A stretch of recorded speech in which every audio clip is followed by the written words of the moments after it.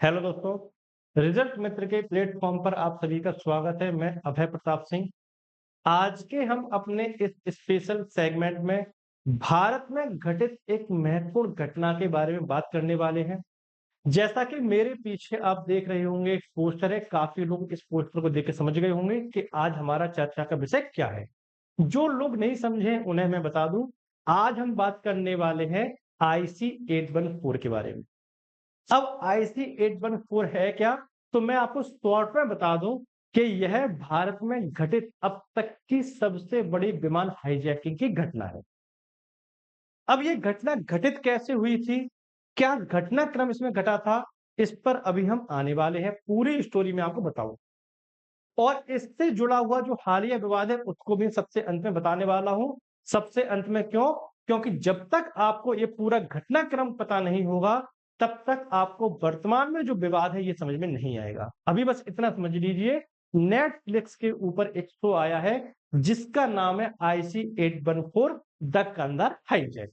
ठीक है, इसमें हम चर्चा करेंगे भारत के एक प्लेन की जिसको कुछ आतंकवादियों द्वारा हाईजैक किया जाता है और भारत से बड़े बड़े आतंकवादियों को छोड़ने की मांग की जाती है। अब आते हैं हम अपने टॉपिक पर। और इस टॉपिक को समझने के लिए आपको मेरे साथ टाइम ट्रेवल करना पड़ेगा। हमें कुछ समय पहले के घटनाक्रम पर जाना पड़ेगा और ये घटनाक्रम है आपका 24 दिसंबर 1999 का। आप में से कई लोग तो इस समय तक पैदा भी नहीं हुए होंगे, उस समय की घटना है। ठीक है, तो तारीख है आपकी 24 दिसंबर 1999। स्थान है काठमांडू इंटरनेशनल एयरपोर्ट। अब आगे बढ़ने से पहले मैं बता दूं, बात 1999 की कर रहे हैं तो इस वर्ष को हम कारगिल के युद्ध के तौर पर भी जानते हैं। इस समय तक कारगिल का युद्ध आपका खत्म हो चुका था। भारत पाकिस्तान के बीच में संबंध सामान्य नहीं थे। ठीक, स्थान मैंने बताया आपको काठमांडू इंटरनेशनल एयरपोर्ट जो नेपाल में स्थित है। समय हुआ था शाम को 4:30 बजे।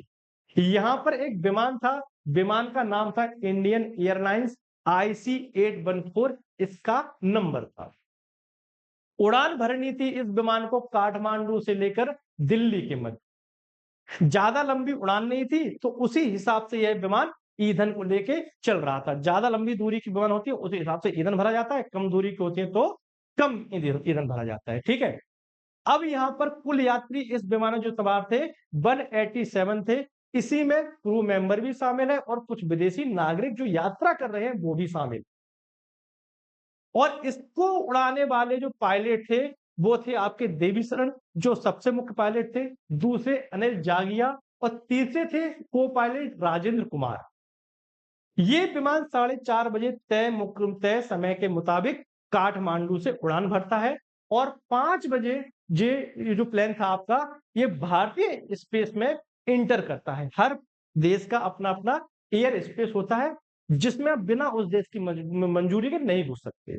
तो 5 बजे नेपाल एयर स्पेस को छोड़ते हुए प्लेन भारतीय एयर स्पेस की तरफ आता है।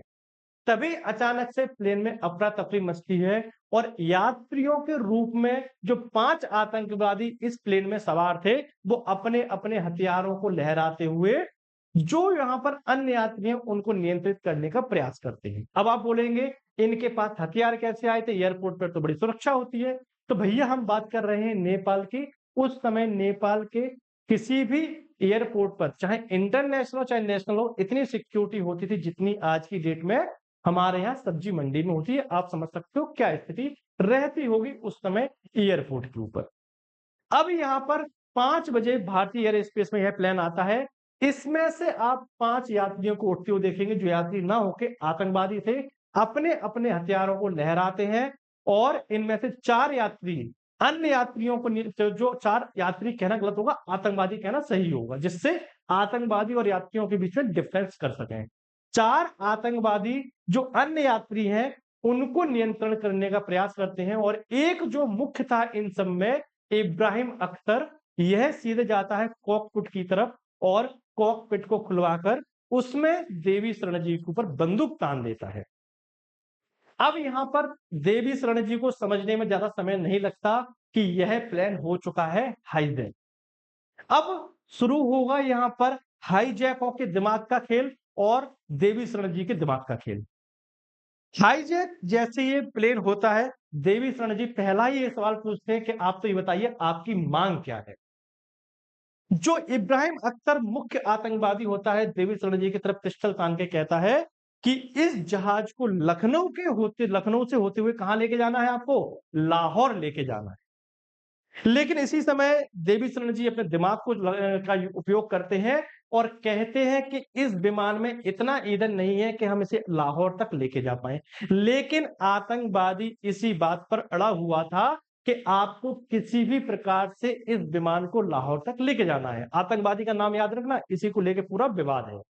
इब्राहिम अख्तर इस्लामिक नाम है। अब यहां पर होगा क्या कि देवी शरण जी पूरी तरीके से मना कर देते हैं कि इस विमान को लाहौर तक अगर लेके गए तो सभी यात्रियों के साथ आप लोग भी प्लेन क्रैश में मारे जाओगे, सबके सब यात्री भी मारे जाएंगे, तो विमान को लेके नहीं जाया जा सकता। देवी शरण जी प्लेन की रफ्तार भी कम कर देते हैं, जिससे भारतीय सरकार को और एटीसी को, एयर ट्रैफिक कंट्रोल जो है, उसे जल्दी से जल्दी बताया जा सके कि यह विमान हाईजैक हो चुका है, तो सरकार इस विमान को बचाने के लिए कुछ ना कुछ उपाय कर सके। देवी शरण जी भी जानते थे अगर यह प्लेन एक बार भारत से बाहर चला गया तो फिर हमें आतंकवादियों की शर्तों को मानना पड़ेगा। अब यहां पर हमें देखने को मिलेगा देवी शरण जी हमारी सरकार से अच्छा काम कर रहे हैं उस समय, ठीक है। अब प्लेन यहां पर देवी शरण जी उड़ाने से मना कर देते हैं, बोल देते हैं हम लाहौर नहीं जा सकते। अब यहां पर होगा क्या, अब यहां पर दे जो समय था 6:04 पर सरकार को बताया जाता है कि यह प्लेन हाईजैक हो चुका है। सरकार को जैसे ही पता चलता है तो सरकार यहां पर एयरप्लेन के जो यहां पर सिस्टम है उससे कम्युनिकेशन स्थापित करती है और मांग कर पता करती है कि कहां क्या करना चाहते हैं आप लोग। तो बताया जाता है हमें लाहौर जाना है। तो लाहौर जाने के लिए जब मैंने पहले बताया भारत पाकिस्तान के बीच एक युद्ध हो चुका था इसी पर, ठीक है, कारगिल युद्ध। अब भारत का एटीसी पाकिस्तान लाहौर के एटीसी से संपर्क स्थापित करता है, लेकिन लाहौर एटीसी किसी भी विमान को अपने हवाई क्षेत्र में आने के लिए और प्रवेश देने से मना कर देता है, कह देता है कोई भी प्लेन हमारे क्षेत्र में नहीं आ सकता। अब प्लेन को मना करने का कारण क्या रहा होगा ये आप भी जानते हैं। पाकिस्तान ऐसे किसी विवाद में नहीं पड़ना चाहता था जिससे भारत पाकिस्तान संबंध और भी ज्यादा खराब हो जाए। इस समय एविएशन मिनिस्टर थे हमारे शरद यादव जी।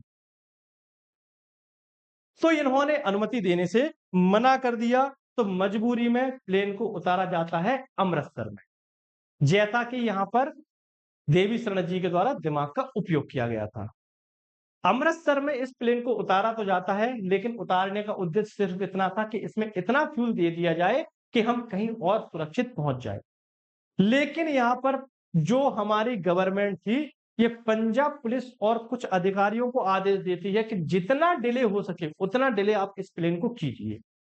तो इस प्लेन को डिले किया जाता है और डिले करने के लिए ऐसे ऐसे बहाने बनाए जाते हैं कि आप उनको सुनकर हंसी आने लगेगी। यहां पर जो अधिकारी अपॉइंट किए गए थे इस प्लेन को यहां पर ज्यादा से ज्यादा समय तक रोकने के लिए, वो कभी बहाना बनाते हैं कि हमारे सरकारी कर्मचारी निकम्मे हैं, कभी बहाना बनाते हैं जो एकमात्र टैंकर को चलाने वाला ड्राइवर है वो कहीं चला गया है। ऐसे ऐसे बहाने यहाँ पर बनाए जाते हैं और अंतिम रूप से जब यहाँ पर पैनिक क्रिएट किया जाता है आतंकवादियों के द्वारा, जल्दबाजी की जाती है, तब यहाँ पर सरकार यहाँ पे एक निर्णय लेती है कि हम दिल्ली से एनएसजी को भेजेंगे, कहां पर? अमृतसर। वो है यहाँ पर एक रेस्क्यू ऑपरेशन करेगी और आतंकवादियों से प्लेन को छुड़ाएगी। अब इसमें लगने वाला था पूरा समय, लेकिन आतंकवादी इतने रुकने वाले थे नहीं। ये आतंकवादी निरंतर पैनिक की स्थिति में थे। वो जानते थे अगर यहाँ पर हम ज्यादा रुकेंगे तो क्या होगा, तो हमें यहाँ पर हो सकता है यहाँ पर कंट्रोल कर लिया जाए। तो आतंकवादी जल्दी जल्दी उड़ान भरना चाहते थे। तय किया गया एक टैंकर को, जो ऑयल टैंकर होते हैं उन्हें इस प्रकार से बीच रनवे पर लगा दिया जाए जिससे प्लेन उड़ ना पाए। टैंकर के ड्राइवर और महान थे, जैसे इन्हें इस मिशन पर भेजा गया अपने आप को जेम्स बॉन्ड समझ बैठे और टैंकर को तेज गति से प्लेन की तरफ ले गए। जब इनको एटीसी की तरफ से बताया गया कि भैया प्लेन थोड़ा धीमे लेके जाओ, सॉरी टैंकर को थोड़ा धीमे लेके जाओ, तुम जेम्स बॉन्ड नहीं हो, तब इनके अंदर से जेम्स बॉन्ड की आत्मा बाहर निकलती है, अचानक से तेज ब्रेक लगा देते हैं। ये सारा नजारा देख रहे थे आतंकवादी कॉकपिट से, समझ जाते हैं कुछ ना कुछ यहाँ पर होने वाला है और फिर से बंदूक तान देते हैं और दबाव बनाते हैं कि इस प्लेन को उड़ाया जाए। तो प्लेन बिना फ्यूल लिए ही उड़ जाता है, पहुंचता है पाकिस्तान के एयर स्पेस में बिना अनुमति के। तो लाहौर एयरपोर्ट की सभी लाइटों को यहाँ पर बंद कर दिया जाता है, जिससे ये प्लेन यहाँ पर लैंड ना कर पाए। लाहौर एटीसी और पाकिस्तान की सरकार किसी ऐसे विवाद में नहीं पड़ना चाहती थी जिससे फिर से संबंध खराब हो। तो जब यहाँ पर लाहौर एयरपोर्ट की लाइटें बंद की जाती हैं, तो आतंकवादी इस प्लेन को उतारने के लिए एक हाईवे पर, जहां पर ऐसा लग रहा था कि ये एयरपोर्ट है, वहां पर उतारने का प्रयास करते हैं। प्लेन नीचे आता जाता है। जैसे ही नीचे की स्थिति देखते हैं, पता चलता है कई सारी गाड़ियां इस रोड पर चल रही हैं। ये कोई रनवे ना होकर क्या है, ये एक हाईवे है। तो प्लेन को फिर से हवा में उड़ाया जाता है। अब लाहौर सरकार समझ चुकी थी स्थिति गंभीर है, प्लेन को उतारना पड़ेगा। प्लेन को उतारा जाता है, लाहौर में ईंधन दिया जाता है और वापस टाटा बाय बाय कर दिया जाता है कि आप यहां से जाइए, हम यहां पर आपको ज्यादा देर नहीं रोक सकते। अब ये प्लेन जैसे ही उड़ता है, तो इसमें एक व्यक्ति सवार थे जिसका नाम था रूपन कत्याल। ये अपनी पत्नी के साथ हनीमून से लौट के आ रहे थे। ये डिमांड करते हैं इनको वॉशरूम जाने दिया जाए, लेकिन इसी बीच आतंकवादियों में से एक आतंकवादी इनकी चाकू के कई बार वार करके हत्या कर देता है। ये एकमात्र ऐसी हत्या थी जो इसमें की गई थी। अब यहाँ पर रूपन कत्याल की हत्या कर दी जाती है, जिससे और यात्री जो थे वो सहम जाते हैं। इसी के मध्य आप देखेंगे इस प्लेन को पहले काबुल ले जाया गया, फिर मस्कट ले जाया गया, फिर ओमान ले जाया गया, लेकिन किसी भी देश की सरकार ने इस प्लेन को उतरने के लिए अनुमति नहीं दी। अंतिम रूप से 24 तारीख खत्म होती है, तारीख आती है 25, और फिर इस प्लेन को 3 बजे दुबई के इंटरनेशनल एयरपोर्ट पर लैंड कराया जाता है। और दुबई की सरकार मांग करती है कि 26 यात्रियों को आपको छोड़ना पड़ेगा, तब हम यहां पर आपको ईंधन देंगे। इस शर्त पर 26 यात्रियों तथा रुपन कत्याल के सब को दुबई में छोड़ा जाता है, और अन्य जो यात्री हैं इनको लेकर विमान फिर से ईंधन भरवा के उड़ जाता है। अब ये विमान उड़कर पहुंचेगा काबुल, और काबुल के एयरपोर्ट से इसे आदेश दिया जाएगा आपको जाना है कांधार, और फिर ये विमान कांधार की तरफ मुड़ जाएगा। इस समय काबुल और कांधार जो हम बात कर रहे हैं अफगानिस्तान में है, उस समय भी थे, प्राचीन काल से ही है। लेकिन कहने का तात्पर्य यह है कि अफगानिस्तान में इस समय सरकार थी तालिबान की, जैसे कि अभी है। ठीक है, तो अब ये कांधार जाता है और कांधार में इस विमान को लैंड कराया जाता है, और फिर यहां पर आतंकवादियों की पूरी एक फौज आके घेर लेती है इस विमान को। अब यहां पर प्रारंभ होगा टिट फॉर टैट, आप आगे या हम आगे। आतंकवादी जो इस विलेन को हाईजैक किए थे, उनकी तरफ से मांग की जाती है कि हमारे 36 आतंकवादी जो भारत की अलग अलग जेलों में बंद है, इन्हें छोड़ा जाए। साथ में यहां पर एक आतंकवादी जिसका नाम था सज्जाद अफगानी, इसके सबको दिया जाए, और साथ में 20 करोड़ अमेरिकी डॉलर की फिरौती हमें दी जाए, तब हम इस प्लेन को छोड़ेंगे। और ये सारी मांगे की जा रही थी आतंकवादी मसूद अजहर के छोटे भाई के द्वारा, क्योंकि आतंकवादी मसूद अजहर इस समय भारत के जम्मू कश्मीर राज्य की जेल में बंद था, और वह 1994 से ही इस जेल में बंद था। पूरा घटनाक्रम इसी को छुड़ाने के लिए बात की गई थी। जो 36 आतंकवादियों को छुड़ाने की मांग की जा रही है, इसमें चार आतंकवादी मुख्य थे। इसमें से एक था मसूद अजहर, जो 1994 से, जैसा कि मैंने आपको बताया, भारतीय जेल में बंद था। ठीक, अब यहां पर आपको पता होना चाहिए 3 आतंकवादी और होंगे। एक थे आपके मुश्ताक अहमद अजगर जरगर, ठीक है, और अहमद, इसमें एक और थे आपके अहमद उमर। ये 3 आतंकवादी मुख्य थे जिनको यहां पर छुड़ाने के लिए ये पूरे प्रयास किए गए। अब जो आतंकवादी थे इसमें मांग कर रहे थे, उनके बीच में और भारत की सरकार के बीच में नेगोशिएशंस प्रारंभ होते हैं। और यहां पर दिल्ली की स्थिति क्या थी आप लोग समझ सकते हैं। जो यात्री यहां पर प्लेन में थे, उनके परिजन निरंतर इन्हें छुड़ाने का प्रयास कर रहे थे, बोल रहे थे जो मांगे दे दीजिए, हमारे परिजनों को लेके आए। ठीक, अब यहां पर आप पाएंगे कि जो तालिबान है इसमें मीडिएटर की भूमिका निभाएगा, और अंतिम रूप से 36 आतंकवादियों की जगह मांग की जाएगी कि आप सिर्फ 3 आतंकवादियों को छोड़िए, और एक 3 आतंकवादी जिनका मैंने आपको नाम बताया ये थे, मुख्य था इसमें मसूद अजहर। अब इसी के बीच में कहा जाता है कि जो भारतीय सेना थी, ये यहाँ पर एक ऑपरेशन लॉन्च करना चाहती थी जिसमें इस प्लेन से हम अपने यात्रियों को सुरक्षित निकाल सके। यहाँ पर पूरा एक ऑपरेशन था, लेकिन उसको सरकार के द्वारा मंजूरी नहीं दी गई।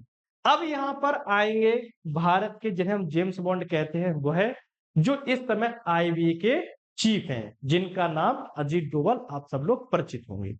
अजीत डोभाल इस पूरे ऑपरेशन को लीड कर रहे थे और उनको ही जिम्मेदारी दी गई थी कि आपको किसी भी प्रकार से इस पूरे गेम को पलटना है। अब यहाँ पर आप देखेंगे अजीत डोभाल, अब देखो इसमें कोई कुछ कर तो सकता नहीं था, जब तक भारत में तब तक आप कुछ कर सकते थे, भारत देश में आप क्या कर पाएंगे जिस आतंकवादियों ने पूरे प्लेन को घेर के रखा हो। अब सिर्फ ये किया जा सकता था कि कम से कम शर्तों में आप इन आतंकवादियों को छोड़ दें।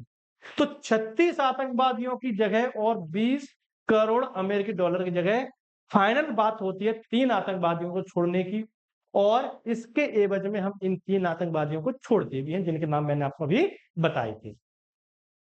और इसमें कोई कैश वैश की बात नहीं की गई। अब इन आतंकवादियों को छोड़ने की प्रोसेस क्या थी? इनको जसवंत सिंह, जो उस समय अटल बिहारी सरकार में मंत्री थे, खुद जाते हैं और इन्हें इसलिए भेजा जाता है कि अगर वहां पर जाके लास्ट समय पर आके कोई शर्त बदलने की बात आती है, तो आपको दिल्ली से बात ना करना पड़े, हाल के हाल आप वहीं पर लेकर एक वहीं पर आप अपने हिसाब से क्या करना, आप अपने हिसाब से मैनेज कर लेना। ये समय था 30 तारीख, आतंकवादियों को भेजा जाता है और जो आतंकवादी प्लेन को हाईजैक किए थे, वो कहते हैं कि पहले हम अपने तीनों लोगों को परिचय देखेंगे, उनका देखेंगे कि आपने सही लोगों को भेजा है, तो नहीं दूसरे लोगों को दाढ़ी मूंछ लगा के भेज दिया है। इनका पहले हम बायोलॉजिकल और जो भी आपके टेस्ट होते हैं वो करवाएंगे, फिर आपके यात्रियों को छोड़ेंगे। तो इस प्रकार से यहाँ पर होगा क्या, इस प्रकार से यहाँ पर हम अपने यात्रियों को उन 3 आतंकवादियों के बदले छुड़ा पाएंगे, तब ये यात्री भारत वापस आ जाएंगे। अब यहाँ पर जो वर्तमान में विवाद हुआ है, यह है कि इस विमान को हाईजैक करने वाले आतंकवादी थे और सभी आतंकवादी इस्लामिक थे, मतलब मोहम्मदन। इस वेब सीरीज में जो अभी हाल ही में आपके यहाँ वेब सीरीज आई है, उसमें यहाँ पर दिखाया गया है कि ये आतंकवादियों के जो नाम दिए गए हैं, ये कोड नाम दिए गए हैं, और 2 आतंकवादियों को हिंदू जैसे शंकर और दूसरा एक नाम दिया गया है। तो इसमें आरोप लग रहे हैं कि डायरेक्टर ने जानबूझ के हिंदुओं को और जो आतंकवादी थे उनके आइडेंटिटी को छुपाने का कार्य किया है, इसीलिए पूरा विवाद यहाँ पर बना हुआ है। ये आप इमेज देख रहे होंगे, इस प्रकार से पूरे प्लेन को घेर लिया गया था। ये थी आपकी एयर इंडियन एयरलाइंस की IC 814 की घटना, जिसके बारे में हमने चर्चा की। वर्तमान में क्यों विवाद है, मैंने बताया कि डायरेक्टर के द्वारा इस प्लेन को जो हाईजैक करने वाले आतंकवादी थे, उनके नामों में बड़ा परिवर्तन करके दिखाया गया है, जिसको लेके पूरा विवाद। क्लियर? अब मिलेंगे आपसे अपने अगले लेक्चर में इसी प्रकार की स्टोरी साथ में। तब तक बने रहिए रिजल्ट मित्र के साथ में। चैनल को लाइक कीजिए, शेयर कीजिए, सब्सक्राइब कीजिए। Thank you. जय हिंद।